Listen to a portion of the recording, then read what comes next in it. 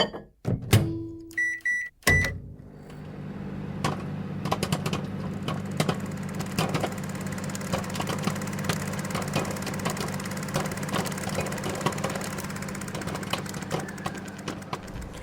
to Popcorn Psychology, the podcast where we watch blockbuster movies and psychoanalyze them. My name is Brittany Brownfield, and I'm a child therapist, and I'm joined by Ben Stover, individual therapist. Hannah Espinoza, marriage and family therapist. We are all licensed clinical professional counselors, also known as therapists, who practice out of Chicago.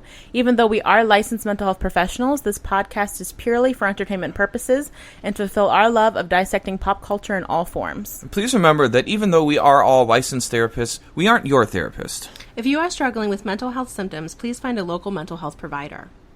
Hi, so today is our first episode of Spooky Season. We're going to be talking about The Babadook, a 2014 horror movie out of Australia about a woman who is dealing with single parenthood of her 6-year-old son who's having a lot of quote unquote behavioral issues at school and out in their family life as well. On top of that, she is also dealing with being a single mother because her husband died on the day that she gave birth to her son. That's kind of a quick overview. We also have an awesome guest today, Kristen Meinzer. Kristen is the co-host of the podcast Movie Therapy with Rafer and Kristen. On Movie Therapy, listeners write in with their issues and Rafer and Kristen respond with advice, as well as a TV and movie viewing recommendation.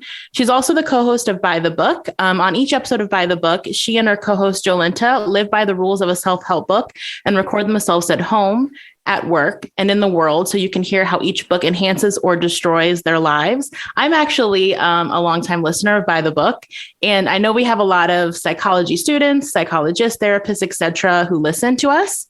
And I recommend it if you want kind of a quick and dirty, not as quick and dirty, but a shorter way to assess a book's efficacy as a therapist by letting them read it for you. It really helped me kind of, if I've heard a client talk about a book, it's an easy way for me to assess like, is this book actually giving what it's supposed to give? So I appreciate that. And I've also read some of the books you guys have done, like Frenchmen Don't Get Fat. I read at a very young formative age. And so I appreciated your guys's. That's an episode I would recommend if you want some validation around maybe, I guess, any sort of eating, how we think about eating. Still to this day, but definitely in the past, recent past. So thank you, Kristen. Thank you for being here. Thank you so much for having me. I'm so excited to be with you all today. Thank you. And you were game to talk about The Babadook, which is a scary movie, but also a very heavy movie. Very heavy. And Sorry. That's okay. Very heavy and a lot to talk about. Yes. So we're going to touch upon complicated grief, parental burnout, sleep deprivation, and psychosis. And then, as always, we're going to talk about treatment and final thoughts. So jumping right in. So complicated grief. What makes grief, not to be corny, complicated?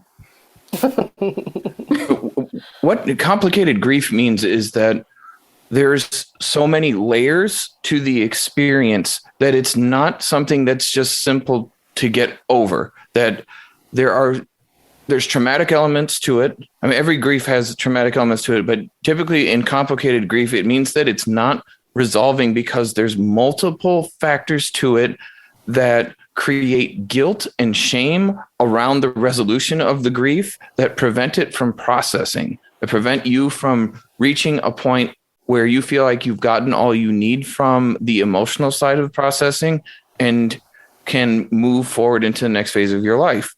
Like we see in this film where the mom lost her husband on the way to the hospital. He was driving her in labor to the hospital to give birth to their son. And so every time she sees her son, she's reminded of what happened on the day he was born. And every time that there's an anniversary of the death of her husband, it's also her son's birthday.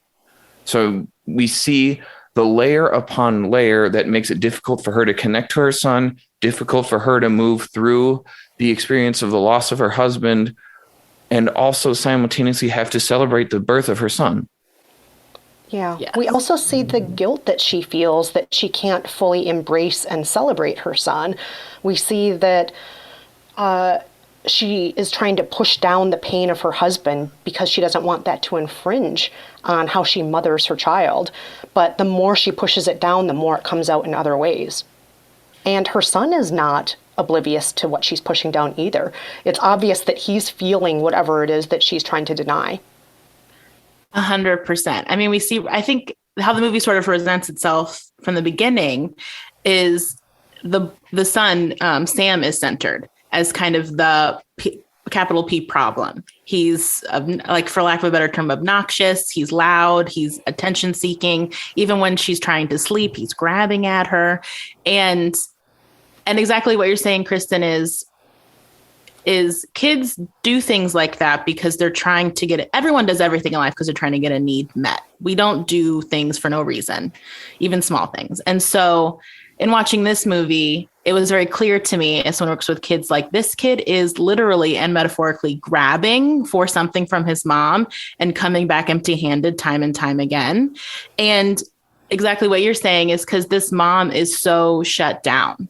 Because she's just been, I mean, she has a newborn. She seems pretty isolated. I would imagine the past 6 years have been her just running ahead or trying to run ahead of the situation without really feeling it. And it is coming up behind her, metaphorically with the Babadook, I guess, and like grabbing her.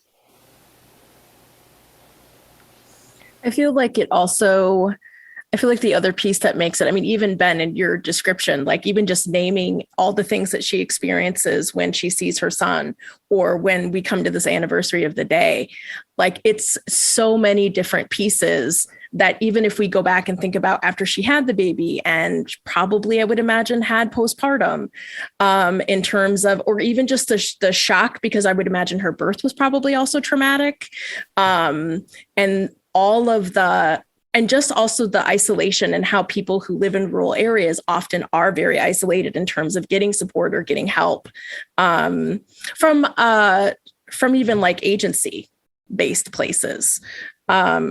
And it just, I just can't imagine what it must feel like for her to be torn all the time in terms of being a mom to her son and losing her whole way of life the same day that she gave birth.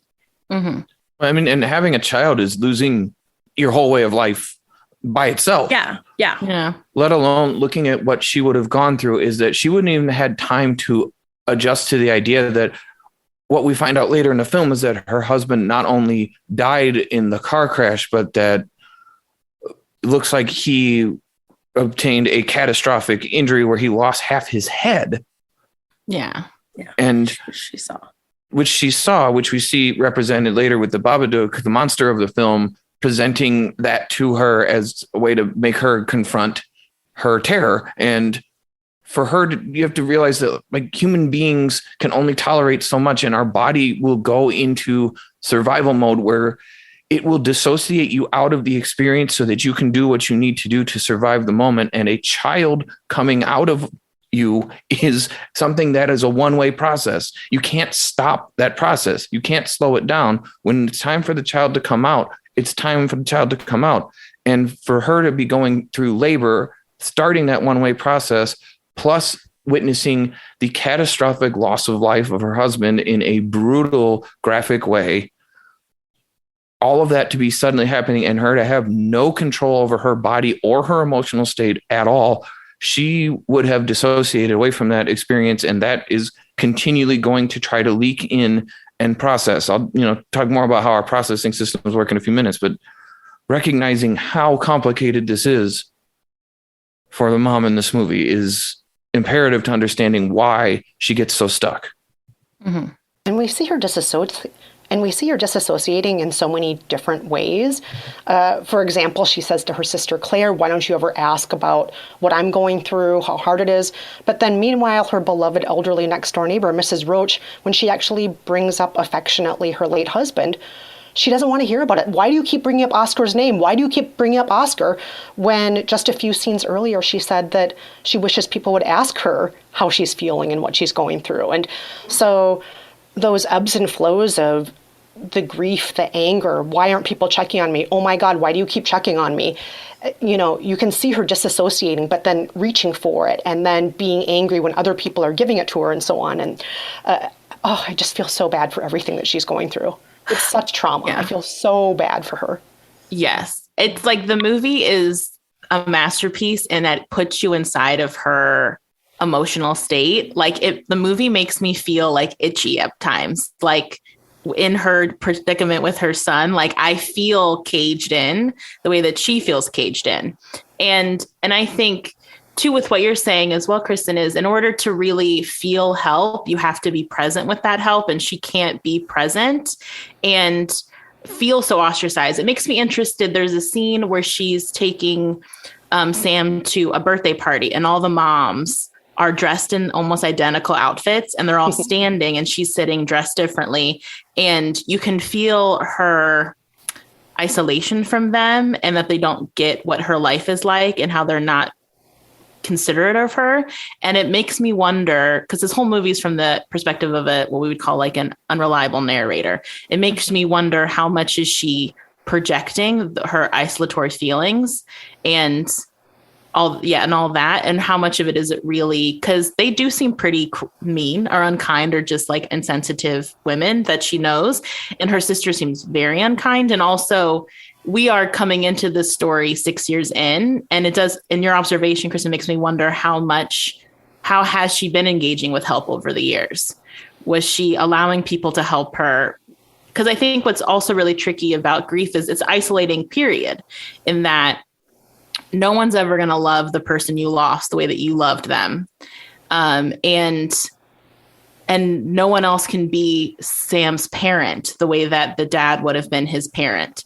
And so no one can ever really get it.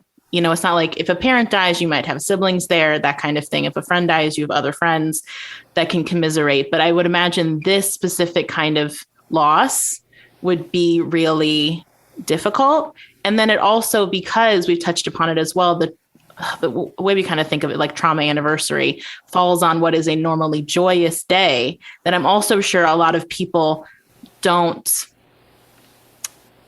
they misunderstand it because they're like, happy birthday, oh my God. And for her, it's like the worst day of her life, possibly. Yeah, absolutely. Absolutely. And I feel like, and I wonder too, if part of also knowing that we're seeing it from her narrative, like you said, Brittany, like it also could be that this is how she feels like these women treat her, whether or not it's accurate or not, based on some of the other things we're going to talk on later about sleep deprivation, but that we're also seeing it through her lens. So also knowing that these women might not be, their voices might not have the tones that she is implying that their voices have the tones of. And also her maybe just straight up shutting people out. I mean, we talk about someone who's dissociated, which I felt like the actress did I don't know what they did, but I felt like I could tell when she was dissociated or supposed to have been in the movie, which might just be something else completely. But the way that she did a really good job of looking blank, and how often she's dissociated. We also know that, again, an unreliable narrator, even for herself, in terms of the way that she is taking in information, just kind of in general. And also, and then the other piece that we've talked about on this podcast before about grief is you're never going to be the same person again. Not in terms of you're not going to be connected to who you were in the past, but more of the person that you were who loved this person and had this life is now experiencing a completely different life without that person. And they won't ever be the same. And again, that doesn't mean necessarily that that's a negative thing. It's just the fucking truth. And especially when we come to something like as tragic and nightmarish as what she experienced. Mm-hmm. And I just want to also circle back to something Ben said earlier. He was talking about the change that we go through in life when we have children, and that alone can be its own trauma and saying goodbye to the past. But, as you were saying, Hannah, losing somebody you love is also its own trauma, and much worse of a one. And, even under the best of circumstances, if there's such a thing as quote unquote best circumstances around death, even when it's a good death, it's still a terrible loss and it's still painful. And even if she lost Oscar a year after Sam's birth or 2 years after Sam's birth. That alone would be such a huge trauma that she might be still going through all of these terrible things she goes through in the movie. But it's so much worse because his life almost feels to her as if it was traded in so that Sam could be born. And then to add on top of that, you look at, she is going to see remnants of Oscar in Sam and have to be constantly reminded. And we see that pointed out several times. That was no accident that they pointed out how much like his father he is, how much he speaks his mind just like that, his interest in magic and the other things that we kind of got from the background information, that if you pay attention to the movie, they show you like some of his interests are clearly what his father was interested in. And we see that she has to reckon with how hard that hits her every time to realize that she sees that in his son. And she's going to realize a couple things simultaneously, which add to the complicated grief of this, is that he would have loved to have seen that. It probably would have thrilled him more than anything he could imagine. And she knows that. And knowing that he can't simultaneously is a brutal thing for someone to go through when they've lost their co-parent. And that also she's going to be reminded of him and what she misses about Oscar every time she sees it in his son, and realizing that she can never quite have that again. And that seeing it in his son isn't quite the same as having it from him in her life. Yeah.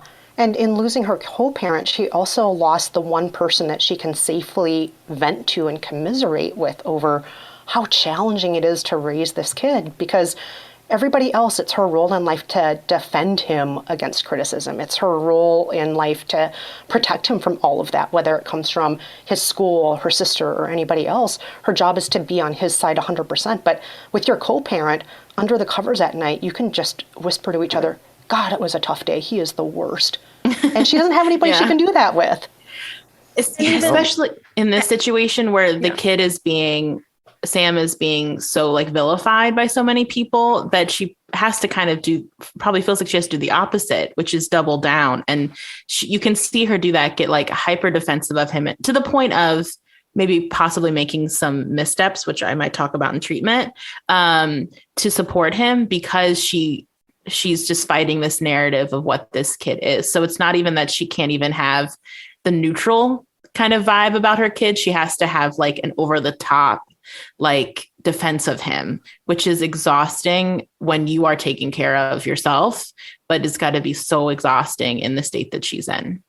And, Kristen, something that I want to tie in, and I'm glad you brought this up, is like the motherhood side of it and not having that co-parent, is that moms are judgy as shit with each other. They are awful. I'm just never cease to be amazed by the difference between the ways dads bond with each other and are supportive, and the way moms as a whole in small groups can be better, but in large groups and internet forums and things are just the worst. And the way that this movie like incorporates that by the camera angles and the outfit changes that Brittany brought up, and like recognizing the power shots used to show her versus the other moms, like everything coming from a lower angle, them looking higher than her. And of course, everybody like being fit and put together and beautiful and having such small problems compared to what she does. And her speech of that was phenomenal, but like recognizing how I don't have time to go to the gym anymore. Yeah. Not like I used to. Right. Like get bent. Yeah. Like, bitch, get the fuck out of here. Ain't nobody talking to you. Right. And then, go ahead, Ben. I was just going to say, this is just, it's important to acknowledge like how isolating the experience of parenthood and then trying to bond with other moms as like the outsider of not having that, with no place to vent about like how challenging your son is, and when the pressure societally would be to be with other moms, like, oh, my kid is great and we do all these things and look at these crafts we make and all of these activities I put together, and I'm super mom just like you guys, and I can go to the gym and look great and cook and make all this great food. And all of that societal pressure is enormous on women, and the way this movie illustrated that was beautiful. Yeah. And so I think a layer of grief then on top of this, which is a conversation I have and kind of slides into the topic we'll discuss next, parental burnout, is the grief of also like the child that you thought you would have, or an easy child. Or I guess the way I should put it is like the way that parenthood is portrayed to us. And so not only do I lose my husband, that great loss of love, also maybe this kid isn't filling me up the way that I thought having a child would, or it's just more complicated than I thought it would be. And then I'm seeing other people who seem to have kids that really are fun and fill them up and they do fun shit together. And I'm just in my house slowly losing it with this kid who just, I can't get a break from. And so I think also this would be like a lower level of grief she might have to work through in therapy, would be like grieving like the parental experience I thought I would have. Mm-hmm. And what does that look like? And am I holding on to that? She might not be at all because there's so many layers on top of this, but that can be a part of it too, which can bring up a lot of, like you're kind of referencing, Ben, but in the social media culture, especially, I used to do a support group for parents. And a thing that would come up a lot is I look at Facebook and I see all these other families and their kids aren't going to prom and they're going on family vacations. And we don't have any of those moments and experiences because of what's going on, because my child has different needs and and parents will break down talking about that. And so there is that grief too of not only what we thought being a parent would look like, but also how we compare it to now, like everyone else's parental experience, which we're only getting the shining highlights of. Some people do it on Facebook. I've seen it, but we typically don't do what you don't show the ugly shit that happens when your kids are fucking screaming because you did too much shit today and you really thought they would be able to get through, going to the zoo and going to the park. And they just lost their shit completely. Nobody's posting that meltdown that last 25 minutes or when you just get them ice cream to shut them up because you need a fucking break. Like there isn't. And I think the other piece that I recognize that I said to Brittany when we watched it together is that, I think I really felt like Sam really portrays a kid who has a parent who is very depressed or very disconnected. So in the movie, The Hours, one of the stories is about a mom who is very depressed and she tries to keep it together. She's the 50s. It's the 50s version. It's Julianne Moore, who is very depressed, very disconnected, is always just going through the motions. And the son is very like overreacts, like at an age where like he really shouldn't be acting that way when she leaves him someplace. He's always asking her how she is and telling her how much he loves her.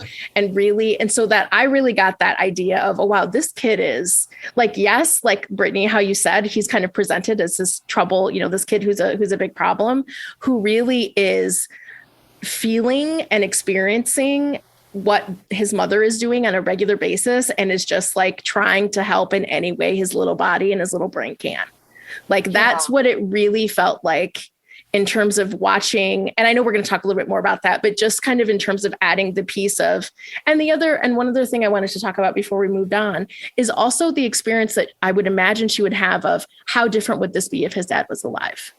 Mm-hmm. And am I doing, and every time she has a hard time, like, oh, like, I wonder what Oscar would have done, or if he was here, I would be such a better mom, or any of those, like, again, not even comparing to other people's experience, but just comparing her own and just being like, oh, I bet Oscar would know what to do and he would be able to figure this out. He's so much like his dad, like any of those thoughts and how those thoughts would probably have an impact on the narrative that she's already been telling herself for the last, since all of this trauma began. Yeah. And unlike somebody who has a partner, she can't just take a time out. When he hits her, she can't say, I need to cool down and go into the backyard by myself, or I need to take a walk. She doesn't have that option because there's nobody she can really leave him with, not in her household.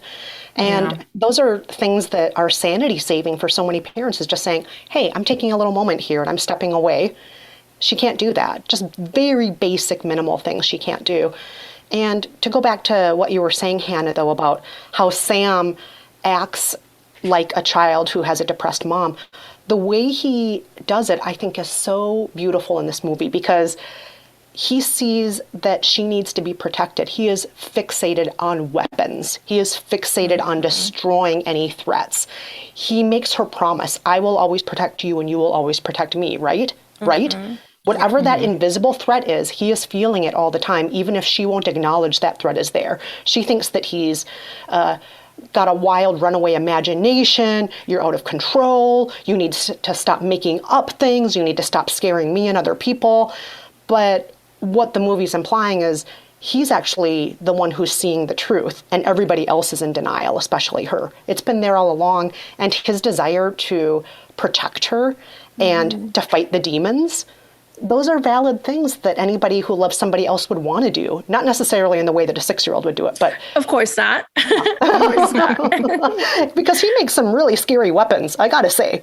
One of those first weapons we see, like, that breaks the window, it's like a... I don't know what you would call it. Like a catapult? Catapult? Yeah. Like a catapult that he can wear, which He's is smart though. Can you imagine a 6-year-old making? That's a lot of like simple machines. Like, yeah, this is not Home engineering. Alone. We're talking about like next level. Yeah. Makes Kevin, in Home Alone look like he's a rookie. Yeah. Right. Hands on strings is not anything to like engineering a catapult. Yes. that travels with you. Yeah. Yeah, and I think like one other thing before, I don't know if we want to speak more, but before I move on too, is like we've touched upon is as a therapist, you always want to be very mindful if you have clients who have anniversaries of hard situations. And so that's why sometimes when your first session with a therapist, they might ask a lot of questions about have there's been any significant losses and things like that.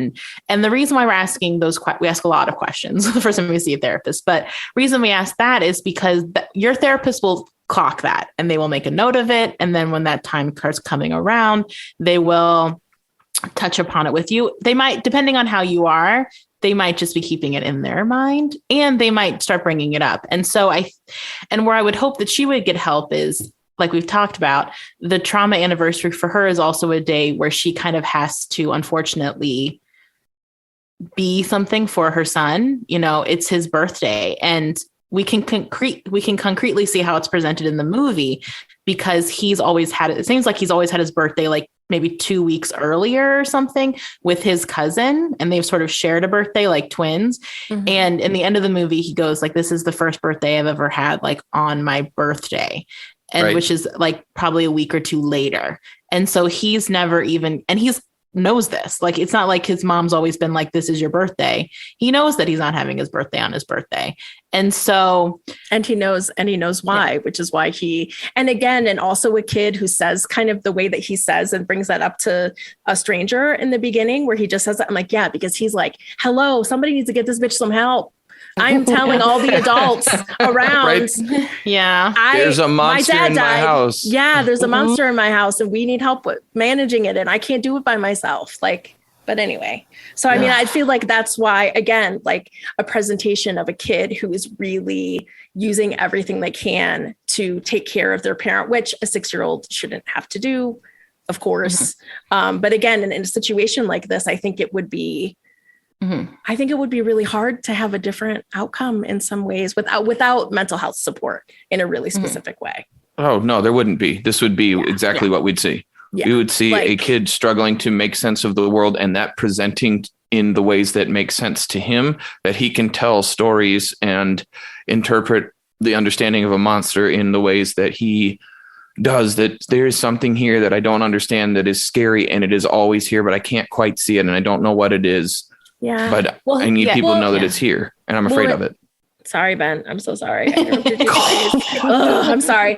Well, and I was just thinking how we always talk about how part of the reason why it's so important to talk to kids and to be the first one who talks to them about things is because otherwise they make up stories in order to make reality fit for them, which means they might be coming in with a much more, again, a 6-year-old story is going to have a lot bigger monster. It's going to have something that it's going to be so much more disconnected from reality because no one is able to talk to him about how this feeling is like this grief in this house of how, it's something that's just always present that we can never walk away from because it's too scary.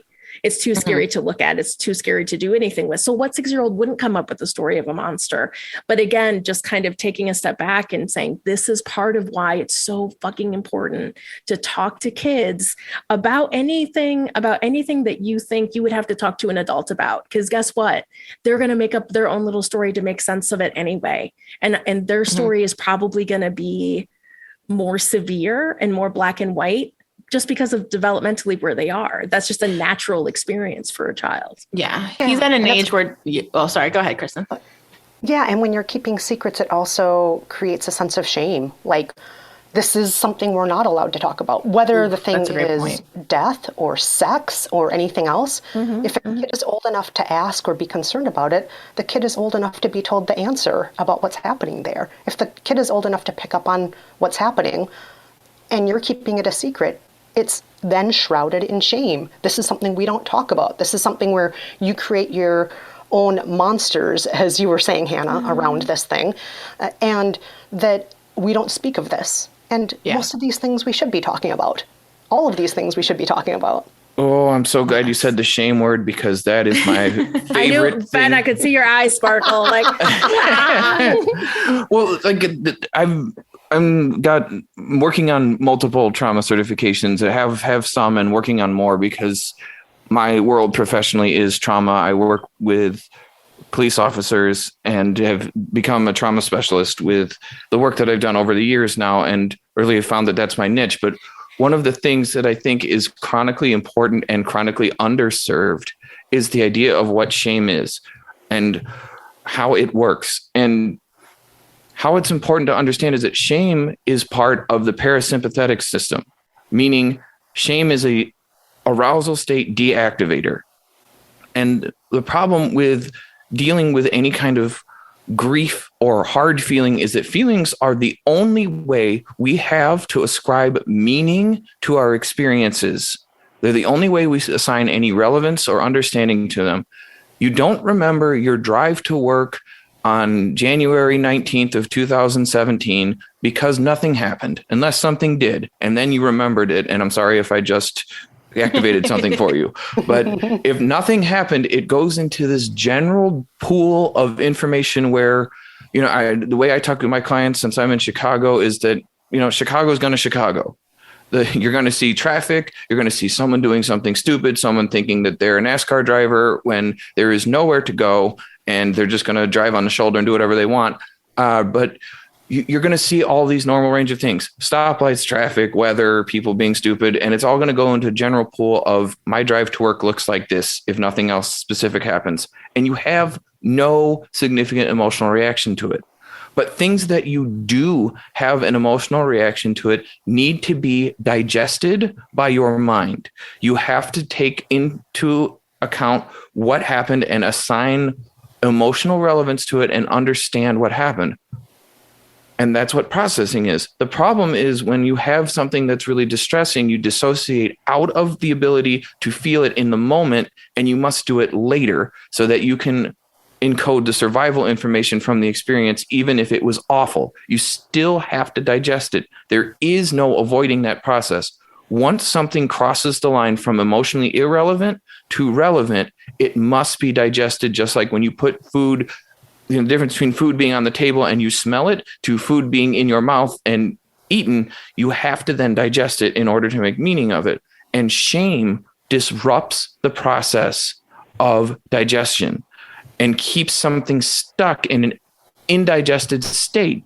So much like when you have something in your food that gives you or something in your stomach that feels like a rock sitting there, that's what grief and shame do, or what grief does when it's complicated, is it's not processing. It's sitting inside you like a rock, and your body is trying its best to heal and process that and digest it every chance it gets, which is why it creeps into your mind.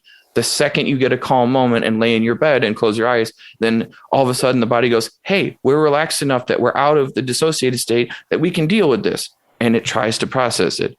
But every time you feel shame about it, you stop the wave of that emotion from going through its full natural conclusion point, and it resets the process and sends it back to, oh, well, we couldn't process it this time. Well, we'll just try again the next time we're relaxed. And that keeps happening over and over. And that's why it's important to understand that you have to simultaneously defeat physical arousal and negative thinking that promotes shame in order to help someone get out of a complicated grief state. Mm-hmm. There's your TED Talk. And I think this can slide into our next topic, which we've been touching upon, which is parental burnout. Because what you're bringing up, Ben, is she is in a constant state of fumes. Like she's running on fumes, less than fumes. She's running on the thought of a fume. Like, she is so burnt out. And so I don't know if this would be a good time to take a break.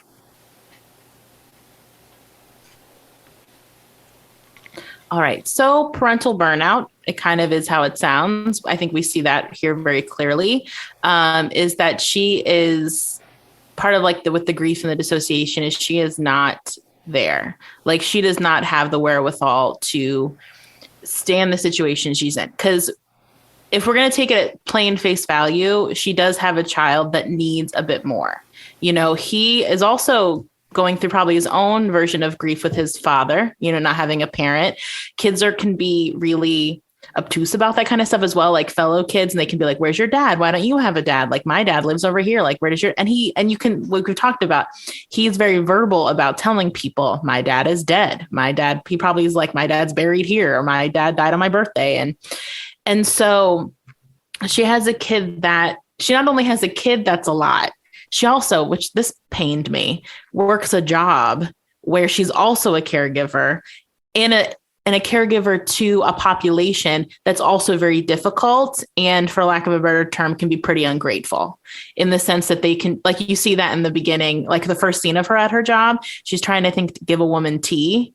And she's like kind of giving her shit about the tea, and she's trying to be very patient and very kind. So unfortunately, she also has a job, like an occupation, that is also rife with burnout. Like, if she was just doing that job, she'd be very easily burnt out. If she was just being Sam's mom, would also be burnout. And so she's got this combination, which is interesting to me. And maybe it was just, this was an easy job to get, or I'm qualified to do it. Why she chose a job that is also such an intense caregiver role. Well, I think also about being a geriatric caregiver, as she is. I also think about, I can't speak for Australia, but in the US, it is also considered, quote unquote, low skill labor. Yeah. It's very poorly paid. It's a job much like motherhood, where, you don't get pats on the back for what you do. And nobody actually thinks what you do is valuable, even though it's incredibly yes. valuable. Like, if she would have learned like UX coding instead, people would have been giving her high fives and saying, yeah, hashtag girl boss. But she's doing a job that by most measurements is way more difficult and way more thankless. And then going home to it, oh my gosh. Yeah. Yeah.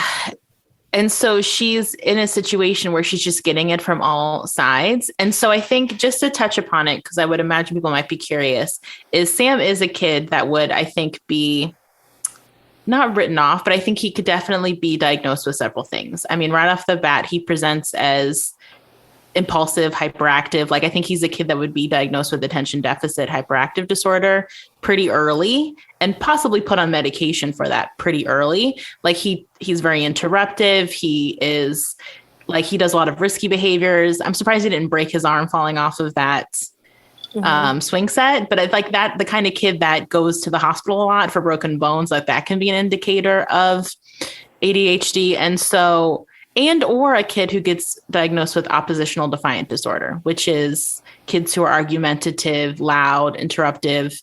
I think obnoxious is even one of the criteria, which is a crazy thing. Like, like an irritating kid. And so I think he would be very easily written off as one of those diagnoses. And I think both those diagnoses are also, in my experience doing this work, are diagnoses that parents don't get a lot of compassion about, especially with oppositional defiant disorder, also known as ODD, is this usually it's a behavioral diagnosis, like your kid's a lot of work. And so we're going to give them ODD, and there's not a lot of compassion. Even, I'm going to be quite honest, even with like fellow clinicians, we'll write off kids with ODD. Like, oh, that kid is oppositional. And I'm like, well, there's something else going on. Like, that's just a part of it. Well, he's not oppositional for no fucking reason. Yeah. Like But that's he is like scary. Yeah. Let's be real. I Oh, mean, yeah. He's a lot.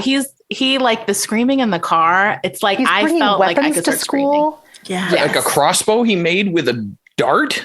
Yeah, Yeah. he pushed his cousin so she broke her nose and needs multiple surgeries. He is a Yes. violent, scary kid. He's also got personality plus. Yeah, he's adorable, Yes. but he also is violent. Right. He's very reactive. He's very reactive. He's dialed up to 11. He never has, like, in the first half of the movie, all of his reactions are over the top, which is a kid that you would see who is perhaps hypervigilant. You know, when you grow up in a household with a parent who is like out to lunch in some way or the other, you become, in my kind of, I guess, conceptualization is he's trying to meet his mother where she's at by being too much. She's not enough. And so he is trying to meet her where she's at.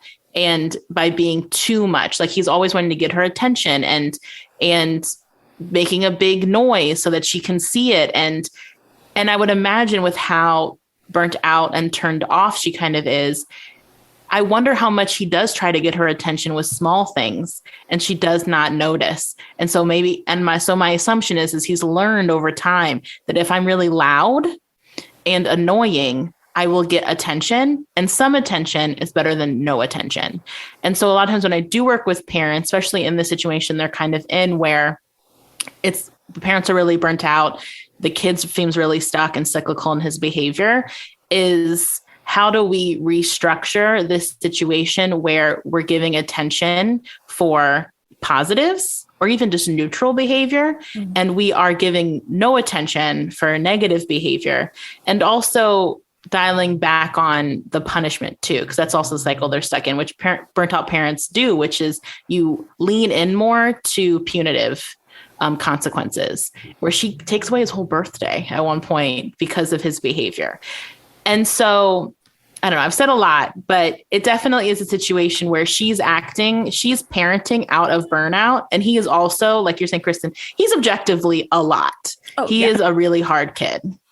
He is a very hard kid. And you know what, tying back to what I was saying earlier about shame, guess what produces even more shame is not liking your kid, being burned out, and having a kid that's acting out in the community. So not only are you feeling the pressure both externally, but you're also feeling it internally and shaming yourself for both. You're feeling shame from members of the community, from members of your family, and from yourself. And we're seeing all of this due to this kid not, like going through these struggles where mom's not available.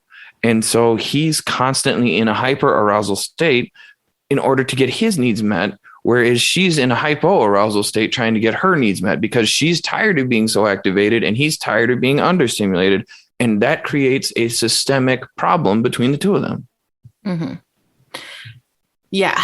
And like you were saying, Ben, too, is I'll just say it because I think it needs to be said, is he is not a very likable kid in this movie. Like, he's very cute. Like you were saying, Kristen, he's got personality plus, like he's a cute kid, and he is off-putting. Like, a lot of adults in this movie don't like him, for lack of a better way of describing it.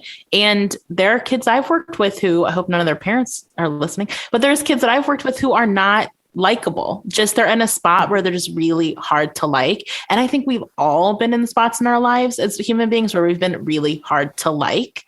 And I think with kids, it just feels inherently mean to acknowledge that about a kid, especially if it's your kid. And sometimes the way to break through that shame that you're talking about, Ben, and the way that I've done it as a family therapist and a child therapist is just having a really frank conversation about just asking the question, do you like your kid right now? And then just more often than not, when I've decided to ask that question, it usually comes with a lot of tears. The parent from usually has a full emotional breakdown that they kind of needed to have. So, Brittany, sometimes people admit that they don't always like their kids. Yeah. And what I try to tell them is we talk a lot in therapy. There's the dialectic. You can hold two thoughts simultaneously, which is I can love you and not like you. I can love being your mom and I need to be away from you. And I think we see that a lot with her in this movie, which is she is genuinely trying to be a quote unquote good mom. You can see her with this struggle of where she's kind of slingshotting around with him, which is also a whole nother topic, but where she is like so present, wants to be so present for him and wants to be a loving mom and like, show me your trick or like do this. And then like the next minute she's like, I can't take it. And sometimes just acknowledging that I'm having a hard time liking my kid and kind of taking that sort of monkey off their back in therapy, that in itself can create, it can be a breakthrough moment to really get somewhere positive. Because then, like we were talking about earlier, the parent then doesn't have to keep doing that defense thing with me. Mm-hmm. And then with their kid in an odd way where they're being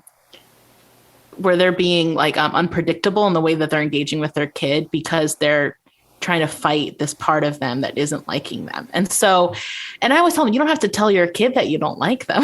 Like they don't have to know that. And they might not know that. But honestly, like sometimes these kids do know that, which is why we have to talk about it. And I think acknowledging the shame, me validating that shame or that feeling, not the shame of it, but the feeling, it can really be a super healing experience, even if we only talk about it the once, and then typically we can move forward. And I think because I'm opening the door to it, I think it just unloads a lot of this stuff that's on people's shoulders. And sometimes they won't want to tell me. It's like we have to get there. And then, and kind of, I sort of have to like soothe it out of them a little bit. But then once we do, it is, you can actually ironically start making space for liking your kid again.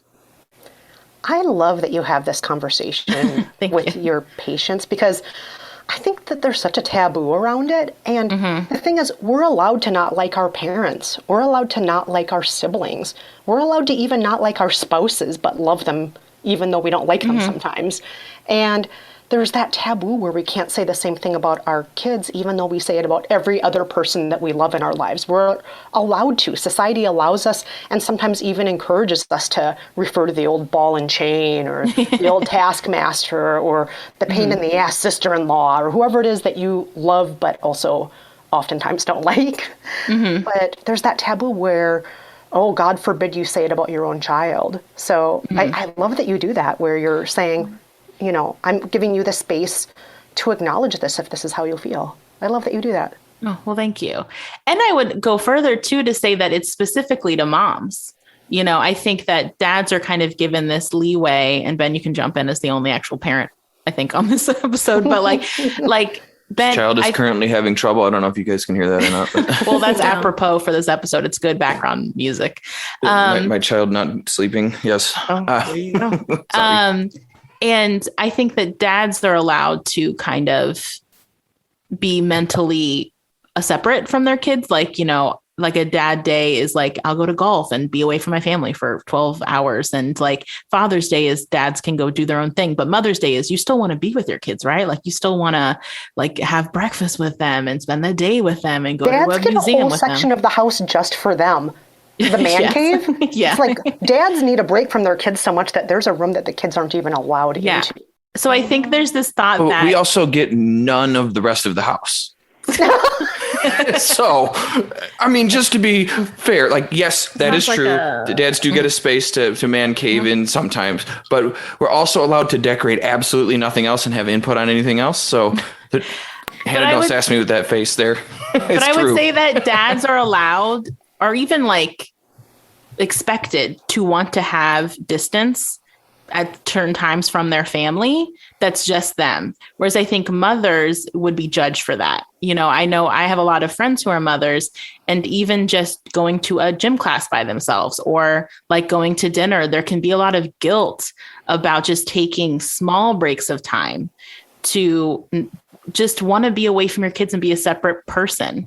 And so I would say with this parental burnout too is the layer of why don't I like being a parent, feeling burnt out from that. She needs an escape. She needs time to herself, and she can't even sleep on her own in this movie. Well, that could be, I don't know whose choice that was, why they're sleeping in the same bed. Yeah. My assumption would be it's for ease. Like he just sleeps easier if I'm in the bed with him. And that just is a short-term problem or short-term solution to my short-term problem. And because of that, she's actually contributing to her burnout because he is all over her in sleep, which happens. Kids are aggressive, can be really aggressive sleepers. And will knock you in the face. And so she's making a lot of choices in the moment to be a quote unquote good mom. They're actually preventing her from taking care of herself and then being actually like a better caregiver. Like she's sleeping in a bed with him to help him, but then she's losing more sleep herself. And then she's continuing the cycle of burnout, which is causing him to be clingy. It's like, it is horribly muddled situation. And it's really hard, especially as a single parent, to get the resources to break it up. I wish she would let Miss Roach take some of this off of her back. Like if she can handle him, let Sam go over to Mrs. Roach's house, play in the backyard. But I think what's hard about it and where burnout comes in, like we said, is he's also a kid that needs a lot of supervision. And also I would imagine a kid that it feels hard to ask other people to help you because he's a lot.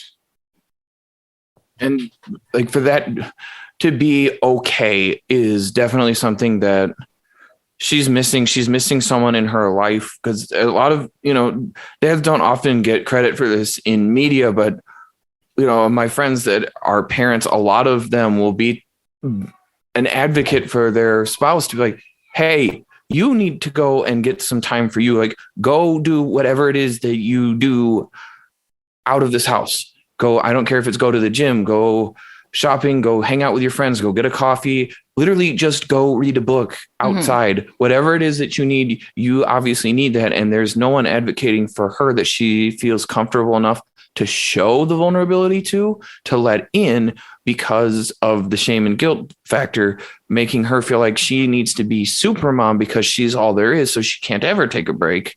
Because like you said, no one else is going to love her kid like she does. So she can't, ever turn that down and let herself step out of that role. And there's no one advocating for her or that she would let in, because the neighbor tries, but it's not the same relationship as a spouse where someone can be like, you need to take a break.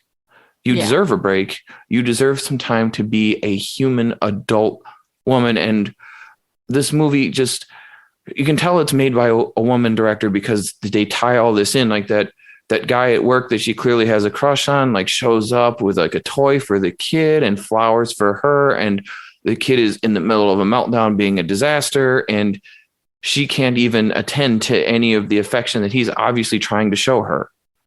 It would give her an out in a space and to just be an adult woman who needs to have some sexuality and some adult connection time that's not family in her life.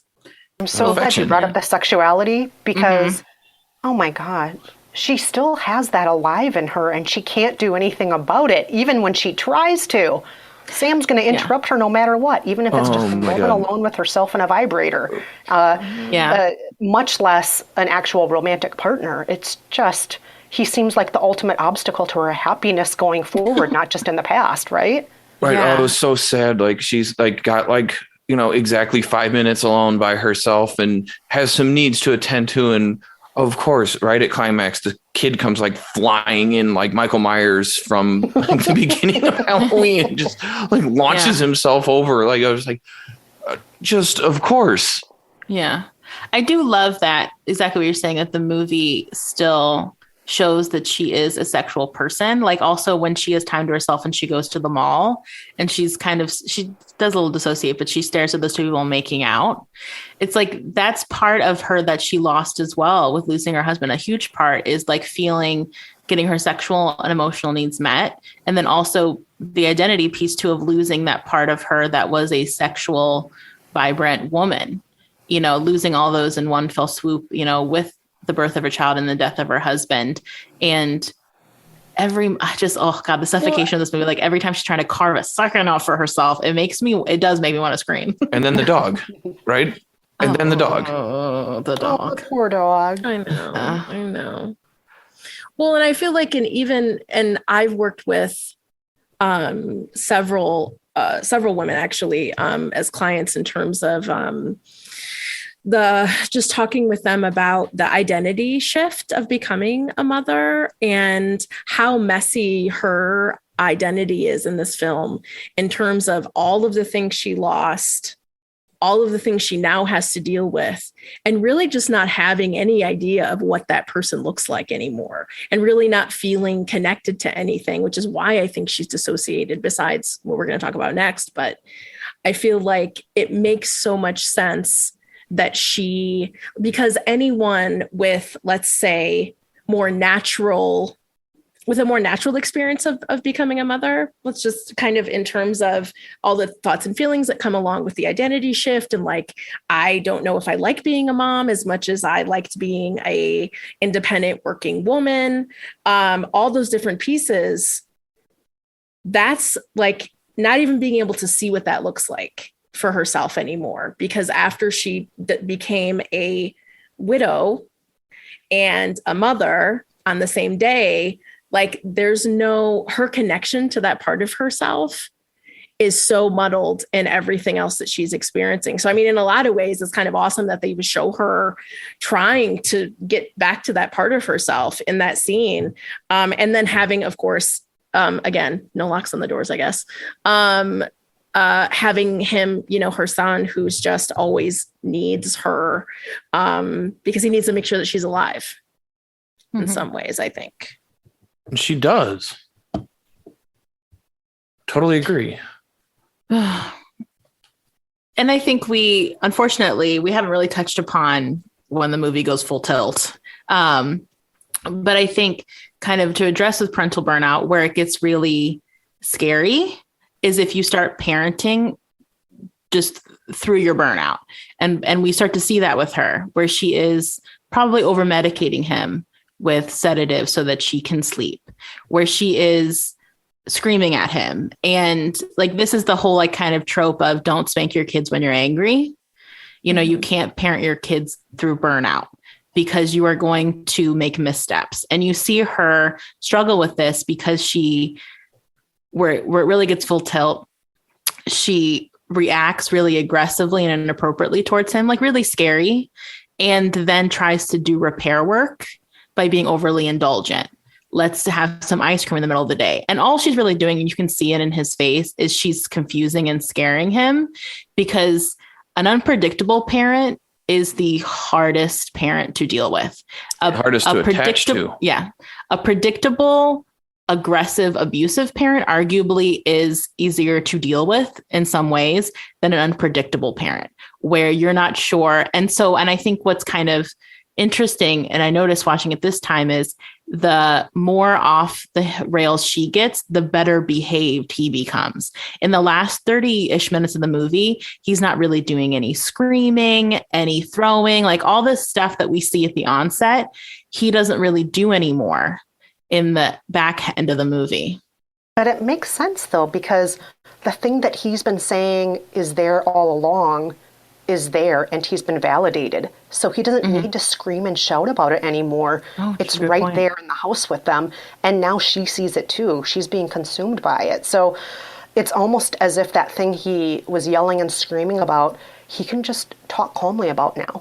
He can just let it be, because it's no longer him trying to grab the attention and saying, look at this thing. It's there. She sees it. Everybody sees it. It's there. It's there, and it's terrifying, and it's scary. Though I do have to say, during, the final, the climax of the movie, when things just go to shit, I did have to say there were moments where I was confused of which portions are in her head and which portions are real. Yeah. And it made it super, super scary for me. I mean, it was scary throughout the movie because it's a very tense movie, and there's a lot of buildup, and there's a lot of, at least for me, moments of, this is actually feasible in my own life. Like, I could lose my, grasp on reality if this happened, or I could feel this way if this happened. But then during the final portions of the movie, it's so confusing. Like, is she actually yanking out a molar from her own mouth? Is her son stabbing her in the leg? Is she actually breaking the dog's neck? Sorry, spoilers everywhere here. That's okay. But during the finale of the movie, for me, it was very confusing. Like, is she actually doing this, or is this like the clothes that are hanging on the wall and coming to life? Is it like the doors flying open that she's imagining? Is this real? Are there scribbles now across her most cherished photo of her and her husband? Is that real, or is that not real? Yeah. And even in like the glass in the soup, which is much earlier in the movie. Yes. Like, how did that get there? Yeah. Is that real, or is that not real? What's actually happening? Are there actually like roaches infesting her entire house right now and crawling across her while she's driving? Is this real, or is this not real? And I thought it was interesting at the end to see that actually some of those things were real. Yeah. Which kind of slides perfectly into our next topic, which is sleep deprivation and psychosis. So we'll take a break here.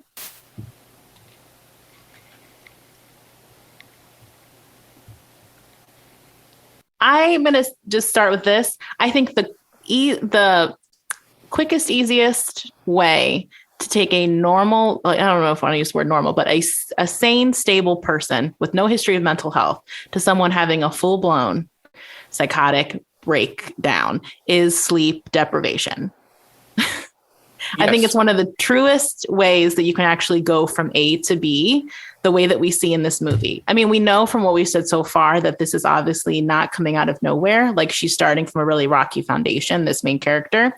But sleep deprivation is a killer. Like, sleep deprivation you will lose your mind. And we see that from the jump of this movie. Right away, you can see that she is extraordinarily sleep deprived, and it just gets worse and worse over the course of this movie. Yeah, there's a reason why sleep deprivation is used as torture. Yes. Right. Tons of research has been done on that, both on willing and unwilling participants. There's lots of documentation on how long it takes for people to be severely impaired and damaged by sleep deprivation. And it is a horrifying experience, and people do lose touch with reality. And there are some really good and really scary movies about that, including The Machinist with Christian Bale, which, like, he even put himself through so much for that. His transformation from The Machinist into Bruce Wayne was like terrifying, of watching how much weight he lost before he did that, and seeing like movies like this that cover how horrifying it is when you start not being able to keep track of time or space or what's real or what part of you is interacting with reality right now. And seeing that is done so well in this movie. And I think an extra layer to it, not only like fastest way to lose their mind, but seeing the punishment that comes when you try to take the easy way out from grief, of like taking, like, I'm not going to deal with it, but I'm just going to take meds so that I can just sleep. Because if I just sleep, I'll be okay. Because you need sleep to process. But if you artificially induce it, that there's side effects and consequences to that. And the theme of this particular movie seems to be stressing towards, if you don't deal with grief, it will punish you forever. And they added extra layers of that to her by showing like her asking for help, but still not wanting to deal with it, resulting in further punishment. Because that's when the movie really tips and goes into full bananas mode. Yes. Yeah. And as far as the sleep deprivation goes, all new parents know what that feels like. All new parents, and parents with partners even say, like, we haven't slept in weeks. We're insane right now. But she doesn't have a partner. She's by herself. And how many years has she been dealing with sleep deprivation? And as I think it was you, Brittany, who was saying, plus she has a son who most of the time co-sleeps with her and is very restless and not pleasant to sleep with. So, even aside from the grief, or in addition to the grief, that alone would be so much to deal with for a lot of people, even people under the best of circumstances. A new child who doesn't sleep well, who constantly gets into your bed and is a restless sleeper, that alone under the best circumstances can be a breaking point for a lot of parents I know, where it can cause daily tears and disruption of their happiness and their work and other things. I mean, relationships, that can be like a real like relationship, not destroyer, but it can be a real It's a real damper. Like deciding whether the kid's going to sleep in your bed with you and how long. And then it affects, like we're kind of seeing here from the single parent side, but it affects your sex life and it affects a lot of your needs. And something we talk about in therapy is a term I sometimes use is like seeds, which is you have to take care of your seeds: sleeping, eating, exercise, doctor's orders, self-care. And the idea of that is if you're not taking care of your basics, you can't really do anything above that. It's sort of like Maslow's hierarchy of needs as well. Like if you're not getting like you were saying, Ben, your sleep, if you're not feeding your body, like you can't process these more sophisticated issues that are coming up for you that you need space and mental faculties to do. And so she's also stuck because she's never kind of resetting her clock. I mean, he wakes her up constantly. He won't go to bed easily. He wants her to read stories. She reads the wrong story. He starts screaming. And so then she's also probably going to bed in a more hyper, like aroused state, because of where her kid's at. And you see it kind of evolve as the movie goes on, where she's co-sleeping more and more, and she's sleeping late. Like she's sleeping he's starting to wake her up every day because her sleep is so poor. When to look at sleep and processing and the relationship there, dreams are your mind connecting the experiences you went through during the day to every other experience you've ever had, and it cross-indexing all that information together.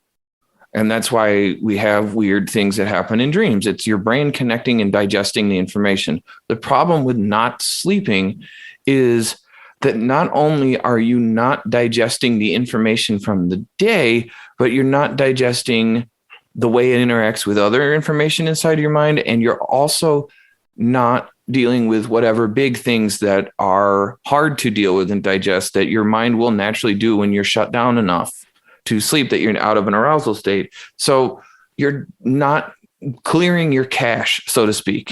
You can't digest the daily stressors, which are the things that you can normally kind of deal with early on in your sleep cycles. And then you move into digesting the deeper stuff. But if you're not doing that, you're not processing anything. And then your stress level never goes down because you never feel like you've resolved or slept on it. That feeling you get when you've slept on something, you go like, what, I'm not as worried about it today. It feels more sorted out. You never get that feeling. So everything that's activated you from the day before is still going to have tendrils there that can send you spiraling real quick. And we see that. And the compounding effect, it's almost like compound interest. And one of the most powerful forces in the world is sleep debt. Right. Sleep that's real. And I used to have a professor in psychology and undergrad that said if you're sleeping in my class, I don't care. You're probably working off some sleep debt, and I can respect that. We're like, okay. Yeah. And like you're saying, oh, go ahead, Hannah. Well, and I was just going to say that, and I think one of the things that this movie does a really good job of is showing the gradual, consistent impact of her just not being in reality, like in the building of what someone who has postpartum psychosis could actually go through in terms of being so sleep deprived that they don't have, they don't even know when they're awake. They don't know when they're sleeping. I would imagine that her body always feels asleep. I wonder too, just kind of just like heavy and like weird. So like, not only are we talking about all these other pieces, once sleep once it really takes over for her, I mean, she very much would be somebody who would have to be hospitalized in terms of being able to regulate her system again because of how far she goes. And I think it's a really good example of how it does turn into and can turn into psychosis. It's one of the things that I talk to clients about sleep all the time. It's like the second question I ask when I do intakes: what is your sleep? They're like, oh, I get enough sleep. And I'm like, okay, well, how many hours are you getting though? Like, oh, I get like 5 hours. I'm like, that's not enough. So that's not enough. Yeah. And also sleep deprivation is one of the only things where you reach psychosis. And that usually scares them into listening a little bit more about how to manage it. But sleep is we have to power down. We have like computers. We have to power down. Our brain has to have a little bit of a rest. And she is and especially by the end, when you can tell that she doesn't even know when she's sleeping. Right? Or like your brain is like that. I use this metaphor because it's funny to me and just clicked in my head. It's like your brain is like the ice cream machine at McDonald's. It has to shut down. No, that's rude, and there's no excuse for that. But it makes me think, Kristen, what you were asking, which I think is exactly that, which is, I don't know what's real at the end. Like, I don't know if she kills the dog, like if he stabs her, like all she things kills the dog. Ooh, all the things that you were bringing up, because they show the dog under the ground with the flowers. Yes, The dog. She kills the dog. Damn. They do show that her leg was stabbed. Okay. Because she's walking with a limp afterward. Okay. Because sleep deprivation. The only thing that wasn't real was the molar. Okay, and the Babadook, hopefully. Because that's the metaphor, right? Yeah. But because I think, because you can have hallucinations if you don't sleep enough, you can literally see things and hear things. And also, I think what I noticed watch this movie is when you don't get enough sleep, you will start falling asleep. There's a term for it, kind of like micro sleeping or something like that. I'm not a sleep expert, where you then start falling asleep and not realizing you're asleep. And it's almost like an insomniac feeling because you wake up and think you've never slept. And I actually used to have insomnia as a kid, and I had this kind of version of it where I'd wake up at like 4 a.m. and I was convinced I had not slept at all. Like my brain wasn't processing that or acknowledging that. And so I think all these situations where she's seeing things that aren't there, you can see her body jolt like it would someone who's waking up, or when she kind of sits upright in bed. And all those times I was like, I bet you she was dreaming, and she doesn't realize that she fell asleep. Yeah. And even when she was driving at one point and thinks cockroaches are all over her and she's losing control of the car, is she actually semi zoning out and semi asleep there? That's what I was wondering about there. Yeah, I definitely think there is, you could argue both. Like, is she having psychosis all the time, or is she falling asleep all the time and not realizing it? Well, and what's the impact of the sedative? Because it's not just the kid taking it, she's taking it too. Oh, is Can she? I ask you all about the sedatives, though? Yes. Quick question. You're all mental health professionals. Yes. So the way she ends up getting the sedatives is that, for lack of a better term, I think they used the word, he had a fit. He had a seizure of some sort. Sam did. And so she brought him to his pediatrician, and she's afraid for his life. And then she confesses to the pediatrician, you know, he is just acting out so much. I just need some sleep. He's paranoid. He keeps seeing, you know, an evil character in the house. I'm reaching a breaking point myself. And he's like, oh, well, I set up this, you know, appointment with this therapist, or you can reach out to this therapist and see the therapist in the next couple of weeks. And she's like, I can't make it a week or 2 weeks. I can't make it that long. I need help now. And the pediatrician's like, oh, okay, I'll just write you a prescription for sedatives. Is that something a pediatrician would ever do? Yes. I'm going to be very cynical and say I'm sure they do. Yeah. Because I think what I've learned during this work, and I apologize I think doctors are getting better, at least like in my experience with PCPs. And I think there's a lot of people who are medical professionals who are very removed from the mental health part of it, or very uncomfortable with the mental health part of it. And so they don't really go there. And so I could definitely see, I mean, a lot of kids with ADHD get their meds, their prescribers. Like a lot of people come to me with sleep issues. They start sleep meds with their providers. And I think what's more troubling about that specific situation is that the mom is so clearly fraught with like a capital F and is like, looks like she's about to something, that it doesn't light up more red flags for him, and that doesn't instruct him to put a heavier hand in. Like, the answer to me isn't giving her kid sedatives. The answer is, this woman needs a social worker. This woman needs wraparound services. This woman is falling apart. And my worry would be, and maybe I'm hypervigilant, is because I am a mental health professional, is that something really bad's going to happen if I give her sedatives. Like, these are the kind of moms that snap and hurt their kids, unfortunately. I don't want to put it like that because it's flippant, but overdose and die. Yeah, that's what I mean. Or something unfortunate happens because she's not stable. Yeah, well, because she's not in reality. So, and because she's not in reality, again, not because she's intentionally trying to hurt her child in any way, but she's so disconnected that she can't keep track of when they're taking the pills, when they're not taking the pills. And the fact that he just gives them to them and just That's it.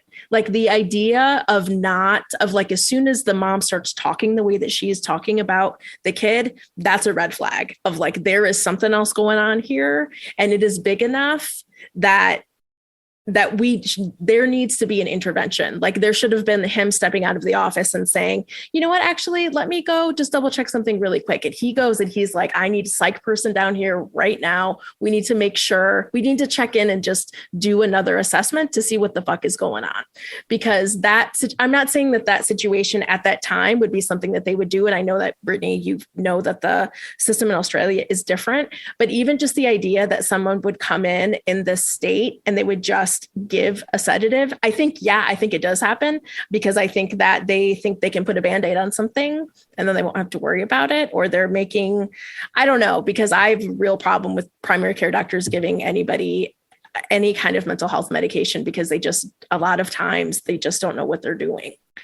Yeah, so it happens. It has started happening less. There's been more control on it. Like, I don't think you'd see somebody given a sedative for the kid. I think you might see the parent giving a sleep medication that might happen. I think we see people given things like Xanax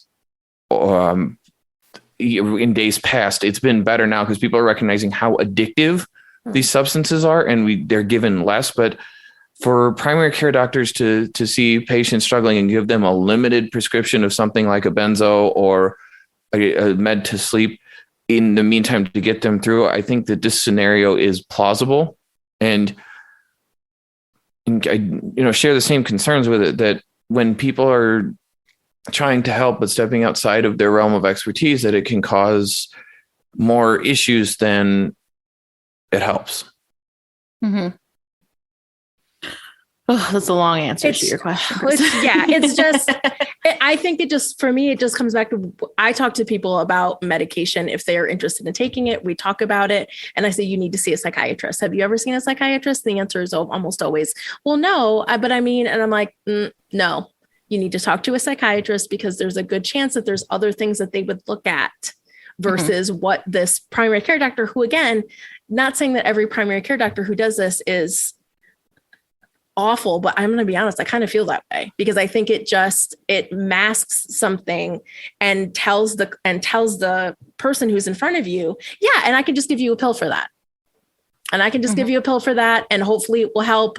But also, I don't really know what to do if it doesn't help. So when you come back, like, it's just no mental health education, as always, which is where I always end up at when anything like this of, well, what does the psychiatrist do? The amount of times that even having to give people the information about what's the difference between a psychologist and a psychiatrist and a therapist and a counselor, like even those, and a doctor, like even those discussions are regular in terms of any client that I work with on a regular basis, because that piece of it is so, is just so incorrect in the medical system that we're currently in.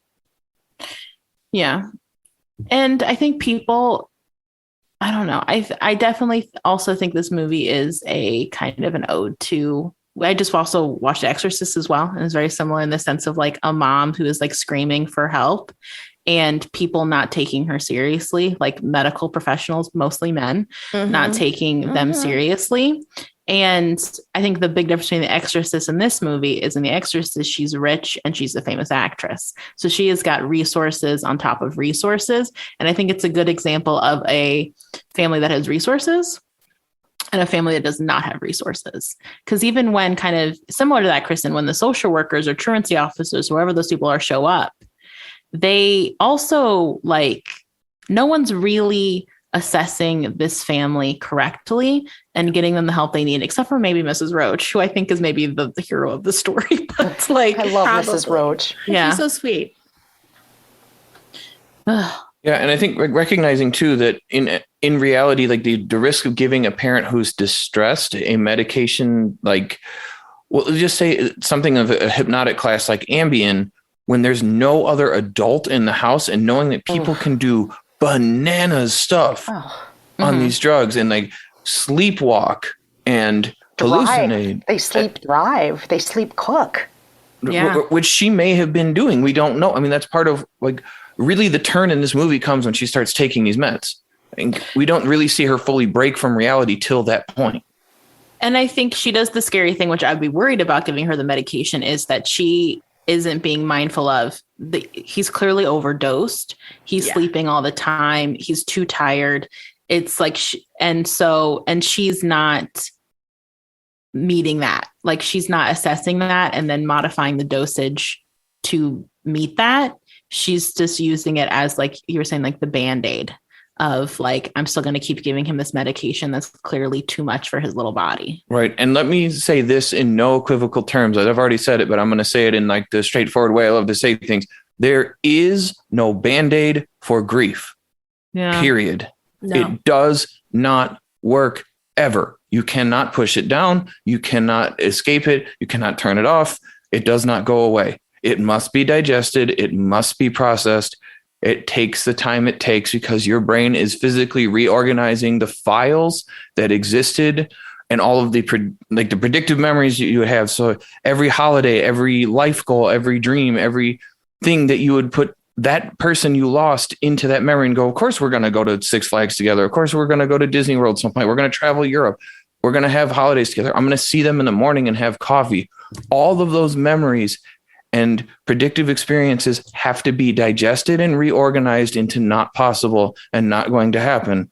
And just like something has to go one way through the processing system, all of those memories have to go backwards through it the same way to be put in a different category. And you're simultaneously adjusting past, present, and future memories and fantasies with this person. And all of that cannot be skipped. And if you try to skip it, it will cause rampant problems in your life, much like we see happening in this film.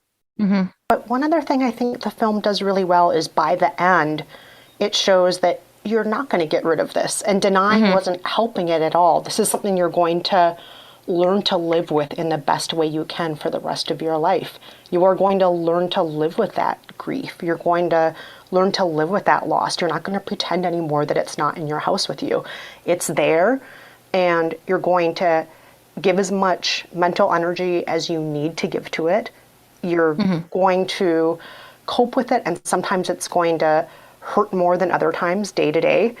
But when you acknowledge it and you give it the space that it needs, you know, in the movie, the metaphor is that it's living in your basement really forever, and you go and you feed it worms once a day. And maybe, you know, in the beginning you feed it every day, but maybe in the future it'll be, you know, only 3 times a week. Or maybe on some, you know, on some occasions it'll be 10 times a day that you go down to the basement and you feed worms to the pain. But it's gonna be there. And I love that Sam, you know, when we reach this denouement in the story where she's going down to feed worms to the Babadook who now lives in the basement, he asks, am I ever gonna be able to go with you and see the Babadook? And she says, yeah, in your own time, because he needs to process his grief on his timeline. He needs to process what he's going through in his own way. She can't do that for him.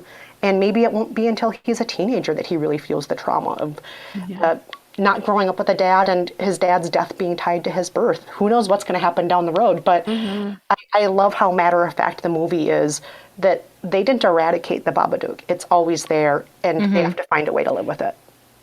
I mean, it's a beautiful metaphor for being present with holding space for how you feel, but not being overtaken by it. You know, you've got to look at it in the face, which she does as much as you need on a regular basis. And like you're saying as well, like also showing, like modeling for Sam, like, hey, I'm going to go do this now. Like, it's almost like you're telling your kid, like, I'm going to go to therapy now and I'll, you know, see you afterwards. And then also holding the boundary though, of, you know, maybe when you're older. And so she's gotten to a place where he can be, she can acknowledge her pain with him, but also hold a boundary about it. Like, you're too little still to see the full brunt of it, but that doesn't mean, but I'm still going to do it. And also I'm going to protect you, which I think is what he's been wanting this whole time, which is to be sure that mom will protect me, and then maybe I don't have to protect her as much. So we can slide into treatment. But before you head out, Kristen, where can people find you? All right. You can find me at KristenMeinzer.com. You can also follow me on Twitter at Kristen Meinzer. And again, check out my podcasts if you like. One is called Movie Therapy with Rafer and Kristen. The other is called Buy the Book. And I so appreciate y'all inviting me to join you today. This has been so much fun. I know you're going to give great treatment advice to everybody else out there using your real therapy, real counseling expertise, which I don't have. So I hope all the listeners enjoy what is coming next. And again, thank you so much for having me. Oh, yeah, you as well. It was so exciting to have you guest. Yeah, it's been so great having you. We really appreciate it. Yes. So, treatment. I can go first. As the child therapist of this group. Oh, okay. Go ahead. Did you do an ad break? I mean, I'll just put one there. Okay. I'm going to have to cut some of this stuff out anyway because we're jabbering. Is there something else? Anna, can you write down this time, by the way? I already did. Thank you. Mm-hmm. You're the bestest. I think the only thing that I guess it would be in treatment though. So I'll just leave it and we'll just go ahead. Brittany, you can just go ahead and start. Well, I would say, honestly, I think the magical part of this movie is that they're able to resolve this on their own, which is straight up bonkers town, to use a sensitive term. And what I think the first step to this movie, which we kind of see, but they don't do well, is she needs wraparound services. And by that, I mean it in the sense, people call it wraparound, but it's literally a sense that someone to wrap around this family or this situation. Ideally, when those like truancy work officers or like social workers came in, or when she went to the hospital and talked to that doctor, someone would say, hey, can we connect you with a social worker? And I think there's also like a bad stink on social workers of like, they're going to take my kid away. I mean, I think at the point where the movie ends, they definitely could have taken Sam away from her, maybe forever. Yeah. And ideally, social work happens before you get there. So someone can come in and help you before you get to that point. And they can hook you in with counseling, with family counseling, with resources, maybe support groups. I think also something that doesn't get talked about a lot or known about a lot is respite care. And I say it like respite, but it's spelled RESPITE, somewhere like respite, which you might hear people call it like that too, but most people say respite. And it's done differently in different states because it's very much tied into the Department of Children's Services, wherever you're at.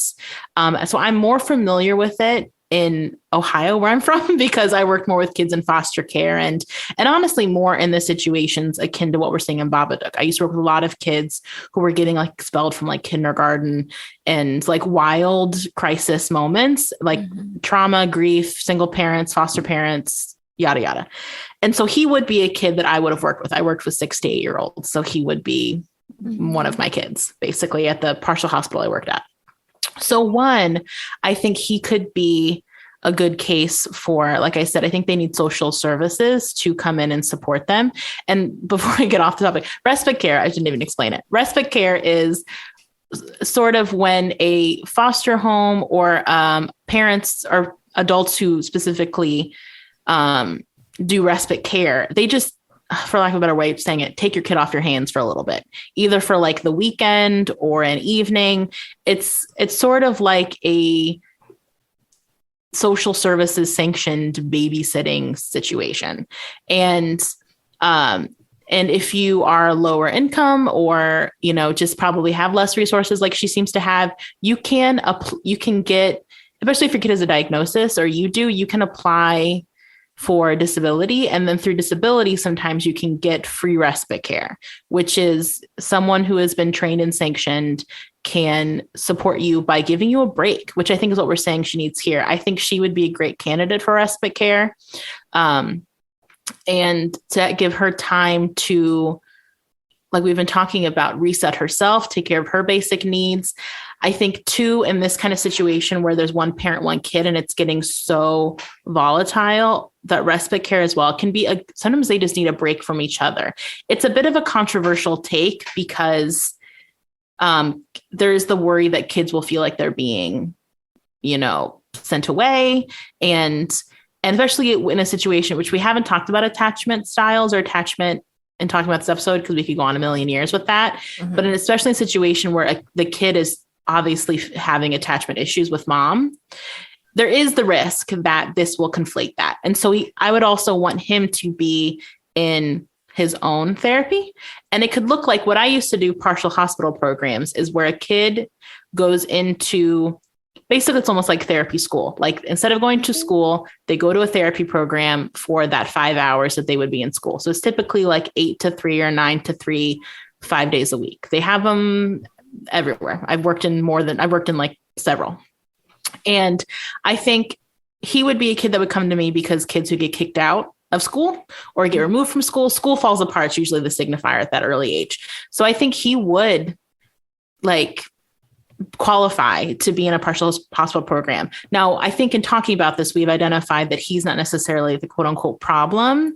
He's kind of he is a product of his environment and his parental relationship, but he's still presenting with a lot of symptoms and a lot of mental health issues that partial hospital programs or PHPs, they will teach you coping skills. They will do group therapy. You will be with other kids who are struggling. So you have better peer relationship opportunities because those kids kind of get you more, or they're similar boats. And so there's more chance for healthy socialization, which he's not getting. There is, you have eyeballs on you, which in this case, I just kept thinking they don't have enough eyeballs on them and enough eyeballs who know what the fuck they're doing. So you would have like a therapist and, maybe a social worker and and probably a psychiatrist, maybe even a tutor within the PHP who would wrap around both Sam and his mom and could help coordinate things like respite care. And so that also too, then this kid's going somewhere safe 5 hours a day with people who can handle him. What's also good about PHP is a lot of them, we are trained in holds where you have to restrain a kid, but not always. But why I'm saying that is those are professionals who can handle whatever your kid may literally throw at them. So also it can be a place where as a parent, you can feel confident that your kid's going to be taken care of and that you won't necessarily be called there every day. Do we sometimes have to have parents involved because it gets too aggressive? Yes. I don't want to act like that doesn't happen. And it's less likely just because you're working with professionals who know what they're doing. So and that in those holds, they don't, if that has to happen, they're all done gently in ways that don't result in people being strapped down or shot up with medicine or anything like that. It's just body holds that are done gently and carefully by people who aren't emotionally compromised by the situation, who are able to be calm and expect that that's a part of their day and can do so with professional distance and professional roll on so that you can, help a kid calm back down and then the need for a crisis intervention hold. This is, something that I've had to do in my career. I worked in residential for a while and, despite that no one likes to hear their kid might be restrained, the restraints are essentially like hugs. Yes. Well, if you want to watch a movie that does them appropriately, Short Term 12 is a movie about a residential placement. And they do holds in that movie. It's Brie Larson movie. And they do one that where you, I'm trying to describe something visually. Basically, each person has the kid's arm and they're just kind of sitting them down. So it's more like supportive sitting and things like that. You never want to put a kid, as much as you can prevent it, like put them on their stomach, put pressure on their chest, like all that stuff that has resulted in deaths. So it's a good point, Ben, in that you can always vet. If you're going to send your kid to a PHP, you can vet, one, if they do physical holds, and then two, physical holds trainings have different names. I can't think of any on top of my head right now, but they do have specific ways you're trained in it. Like there's usually a terminology, an acronym, and you can research that if you really feel anxious about what kind of holds do they do. Right. Which would be, essentially looking for whether it's TCI or, oh God, what's the other one? There's several. I wish I could remember the one I used to do in Ohio because it was a really gentle one that I think we were very different in that we did that one.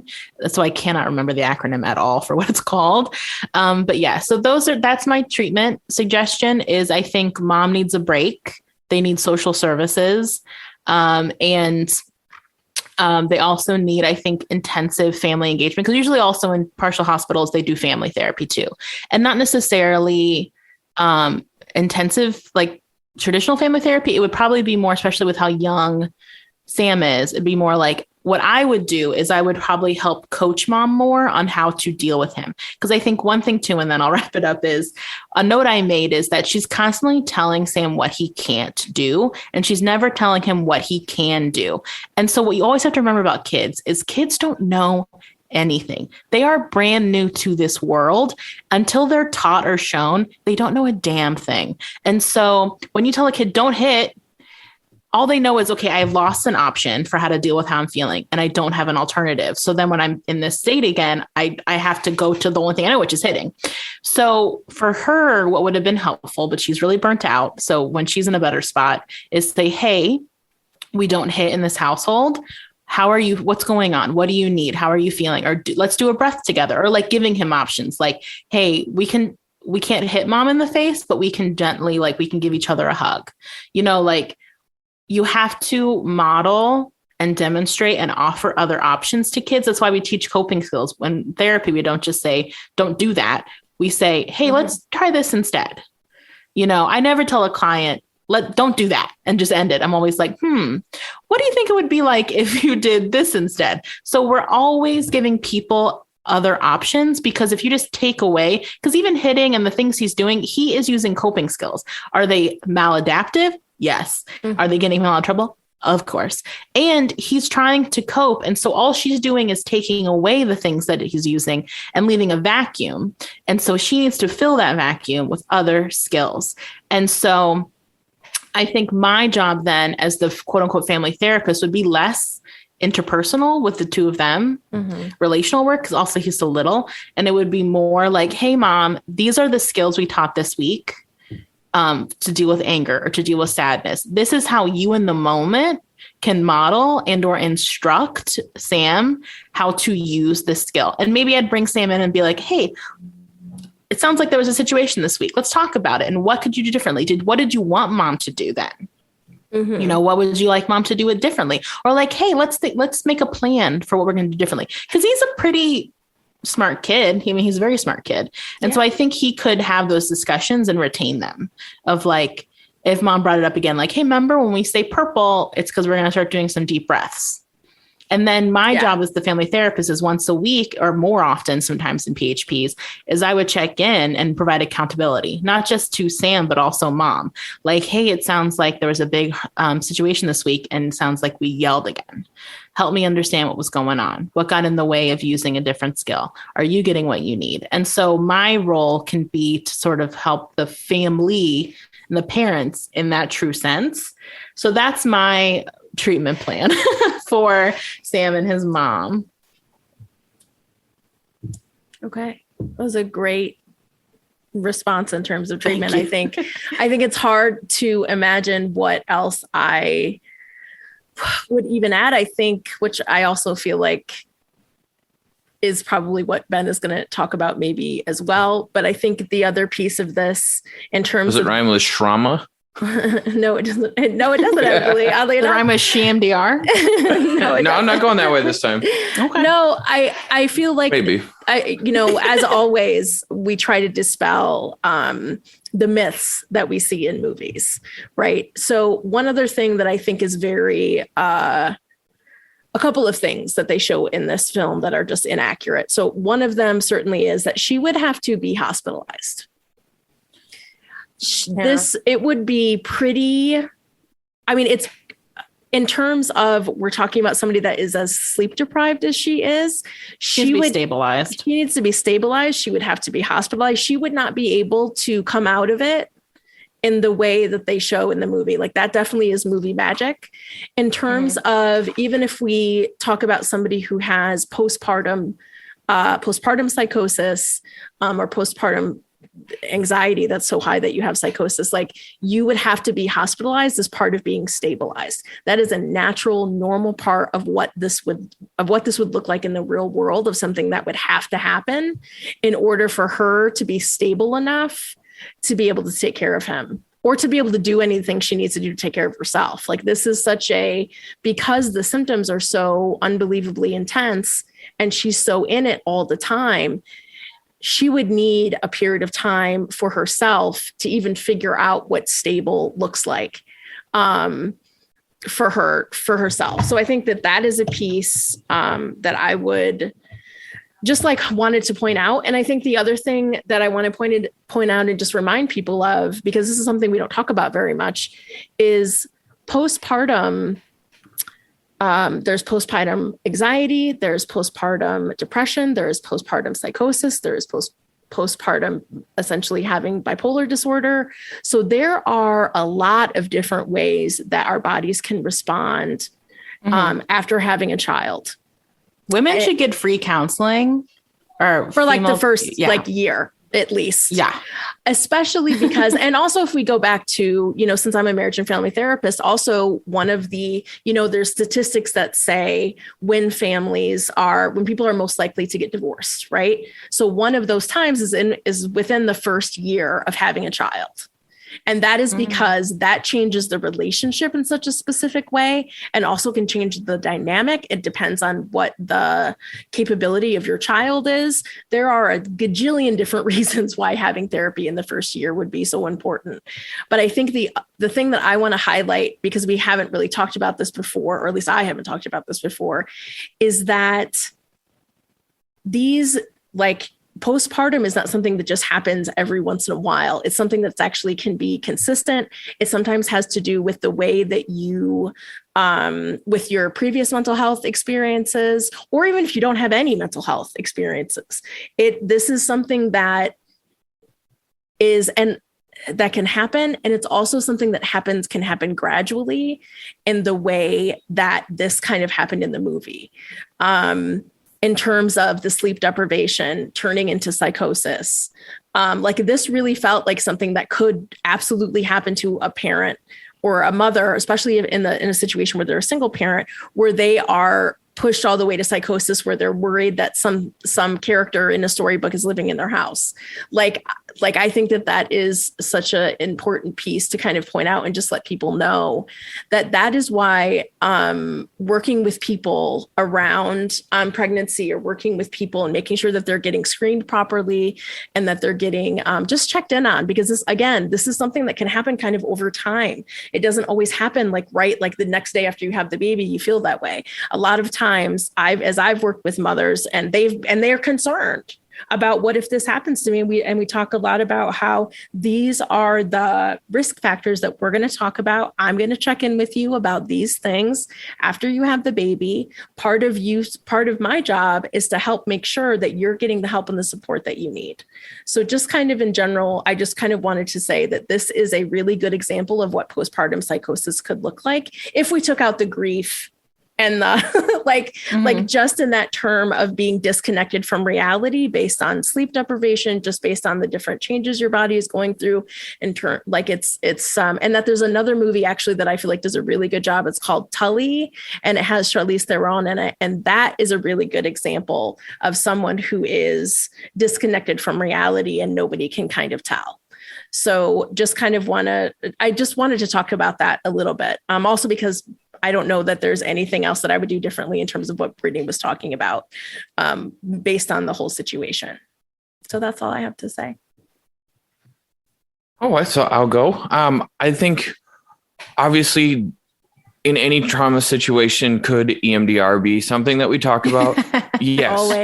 Always. Mm-hmm. It's a very powerful modality, but with this movie, she's not in a place where I think she's ready for that. Oh my God. No, you have to be stable-ish. Correct. You don't generally, at least not traditional EMDR. EMDR you can take in a couple of different directions. And there are variants of it that are used for recent event issues. And, remembering that we're coming into this story almost 7 years into the manifestation of this is pretty important to remember, because we're seeing the compounding effects of years of avoidance of the traumatic event and years of complicated grief, preventing her from processing the trauma, processing all of the feelings, everything we've talked about this whole episode. So I think for me, that I would not suggest doing something like EMDR right away, that a lot of work would need to be done on resolving the guilt and shame around her feelings about being a mom, about dealing with loss, about being a single parent, and that she's actually someone that I would probably suggest at ACT to start with, which is acceptance and commitment therapy. So much of her pathology in the metaphor of this film is about recognizing the tremendous pressures of motherhood and the complications therein, in conjunction with grief and trauma, preventing her from even having a normal experience and being able to digest and process that, and how unforgiving the world is to that, and the impact that that has on her. And I think for her, what I would want to do would be focusing on validating her experience and helping her recognize that, more importantly than anything, these symptoms are not ever going to go away. Grief does not go away. Yes, it gets less impactful over time, but recognizing that more than anything, that you have to create a space for these symptoms to come into your life and to hit, particularly around the anniversaries. People are never, ever prepared, especially the first one, but for the impact of anniversaries, holidays, and birthdays, family memoirs, like all kinds of relevant, impactful events, and how much trauma activation can be done and grief activation can be done around those events. Just the experience of the season change.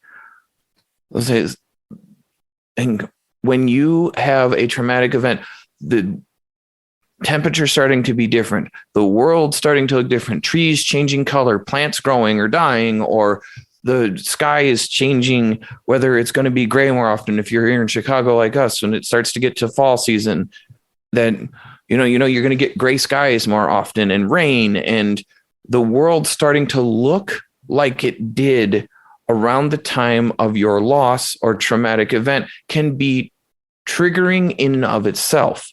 Mm-hmm. And to recognize that combined with whatever holidays happen around the time of the event all start to compound your anxiety level about what you're going to be feeling and experiencing, and what you have to deal with is going to start climbing. And your susceptibility to triggers is going to increase. Things that might not normally bother you, or things that you feel like, yeah, that always constantly bothers me, but all of a sudden it's getting worse. Why am I having such a hard time dealing with this?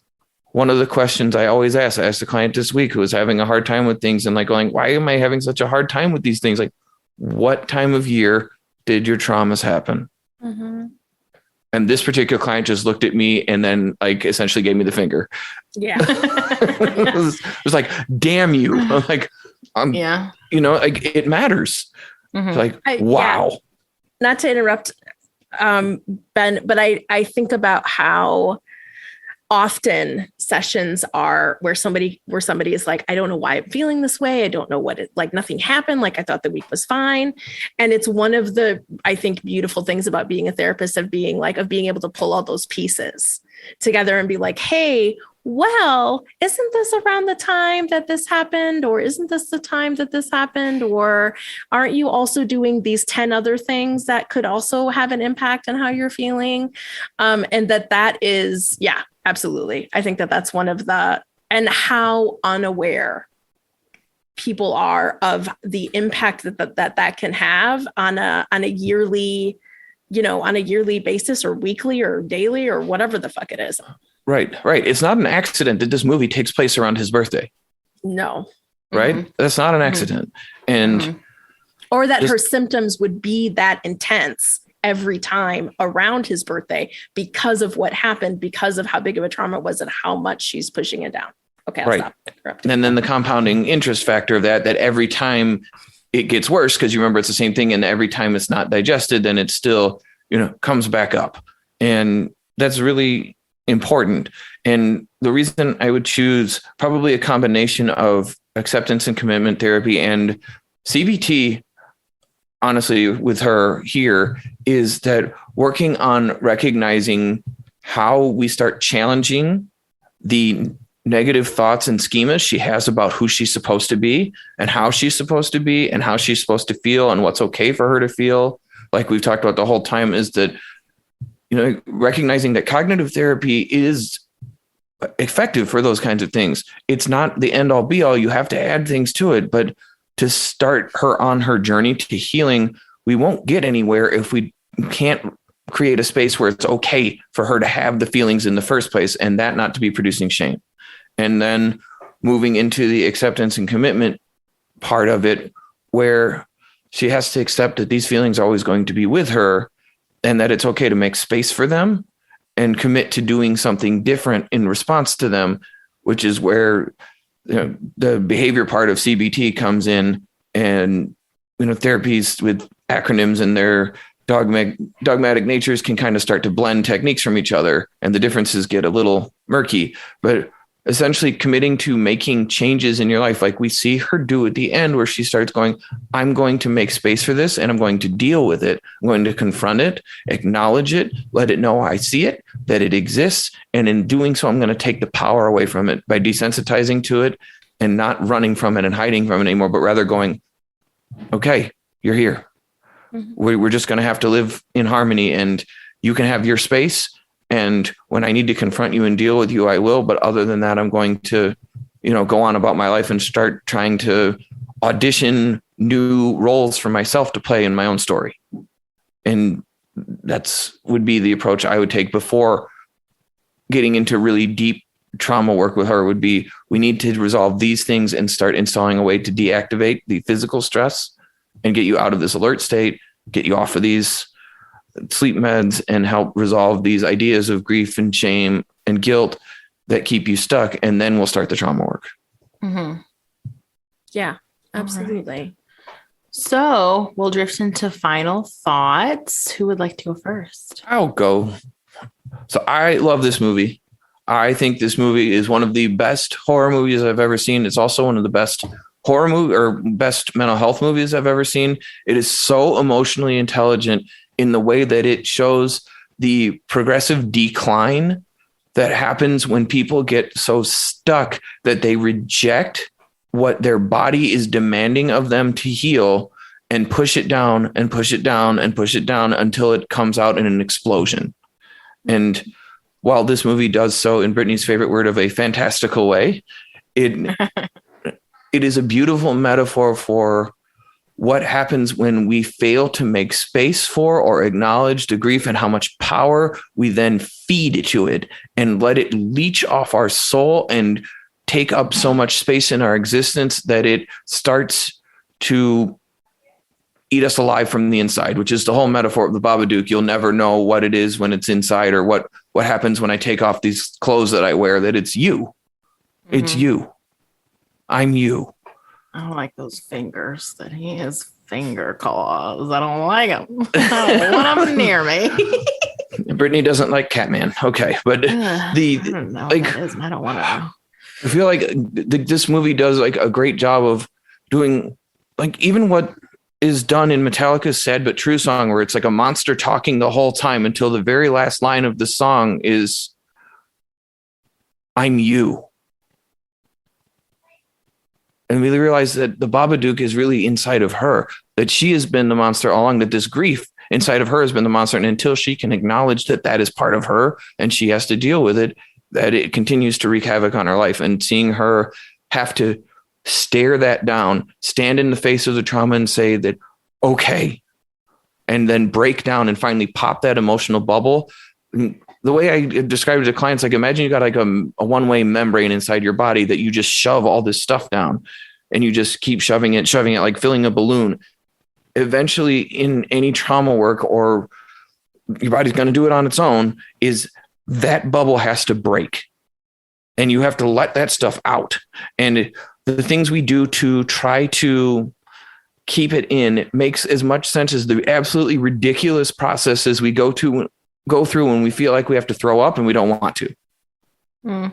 Like it's going to come out. You're going to feel better when you cry, when you scream, when you're angry, when you let those feelings go and do what they're supposed to do.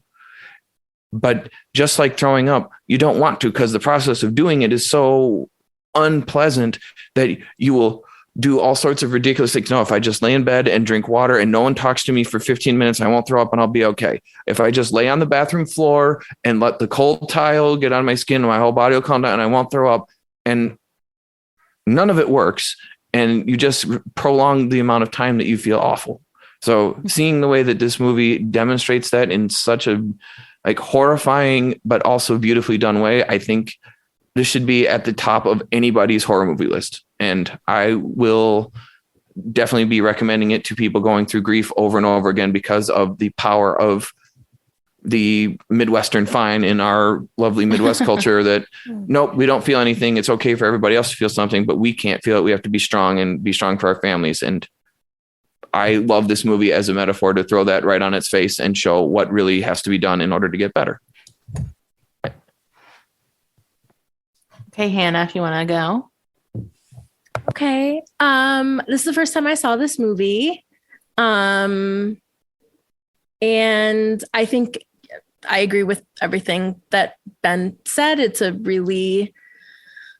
Does a really good job of showing the eventual, like a gradual breakdown of someone who is trying to avoid all of the pain that they've experienced in the last, since the first huge pain that they experienced when she lost her husband and saw him killed in front of her when she was in labor. So I think it's a really good version of this. It was for some personal reasons a little bit hard for me to watch, but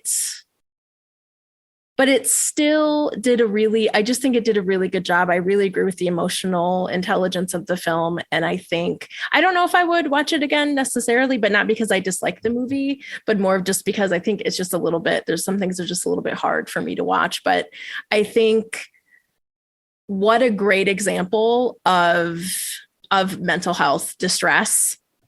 And in some ways a realistic version of how it can go sometimes in terms of not getting the support that you need. We know that is one of the things, especially in this country, that is just abysmal in terms of really truly supporting and caring about people's mental health and their overall health in general. And I can only imagine the amount of women or the amount of caregivers, primary caregivers who have gone through something similar in terms of the isolation, in terms of not having the resources, not having the time or the energy to find the resources, and how much this would really resonate with a lot of different people. So it was scary kind of, but yeah, so I liked it. I thought it was beautifully acted. So I don't know if I'll watch it again, but I definitely has merits where I would normally probably say yes. Okay. And then this is the second time only I've ever seen the Babadook. I love scary movies. I definitely felt very different watching it because when I first saw it is when I first came out. So I was still a pretty green therapist. So it was interesting watching it now that I'm, I guess more seasoned, if you will. I think it's a beautiful movie about, grief and mental health, like we've all been saying. I find it scary. I'm very sensitive around scary movies. I love them and I jump very easily and I get real in my head real easy watching a scary movie, really in my own head.